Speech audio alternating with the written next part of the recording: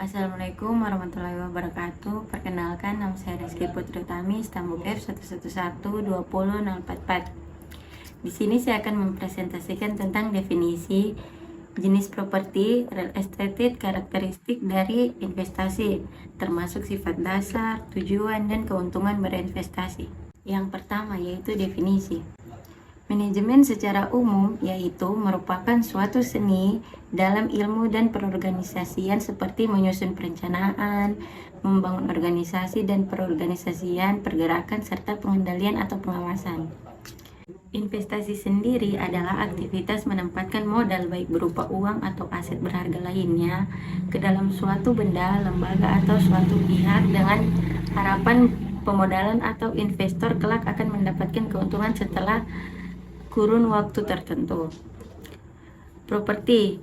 Bila merujuk pada Kamus Besar Bahasa Indonesia, properti bisa diartikan sebagai harta berupa tanah dan bangunan, sarana dan prasarana yang merupakan bagian tak terpisah dari bangunan yang dimaksud. Yang kedua yaitu jenis-jenis investasi. Yang pertama, investasi jangka pendek.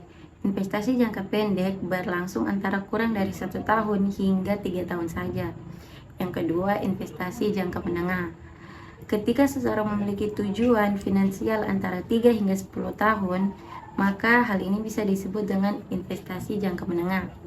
Yang ketiga yaitu investasi jangka panjang. Ketika tujuan investasinya melebihi dari 10 tahun, maka investasi ini sudah termasuk dalam kategori investasi jangka panjang. Yang ketiga yaitu real estate. Menurut Otoritas Jasa Keuangan atau OJK, real estate atau lahan hiasan memiliki makna tanah dan semua bangunan fisik, termasuk benda yang berada melekat di atas tanah tersebut. Benda yang dimaksud ialah gedung, pagar, serta bangunan fisik yang ada di tanah tersebut. Jenis-jenis real estate. Yang pertama yaitu kelompok perumahan. Kelompok perumahan tersebut yaitu rumah tinggal, rumah peristirahatan atau resort, taman, dan rumah susun atau apartemen. Yang kedua yaitu kelompok gedung. Yang dimaksud kelompok gedung ialah superblok, pertokohan, kampus, dan perkantoran. Yang keempat yaitu karakteristik investasi. Karakteristik investasi ada beberapa yaitu ketidakbergerakan atau fixity. Kedua, berumur panjang atau long lifety. Ketiga yaitu kepermanenan atau permanen. Yang keempat yaitu resiko atau risk. Yang kelima, segmentasi pasar atau market segmentation. Sebelum berinvestasi, kita harus mengetahui dulu tujuan dan keuntungan apa yang kita akan dapatkan di dalam berinvestasi. Dalam berinvestasi, tujuan investasi yaitu melindungi modal, menghasilkan laba, dan perlindungan terhadap pajak.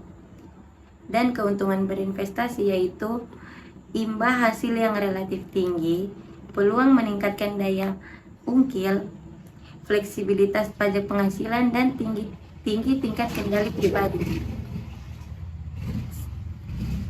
Jadi itu pemaparan materi dari saya tentang manajemen investasi dan properti. Saya akhiri. Assalamualaikum warahmatullahi wabarakatuh.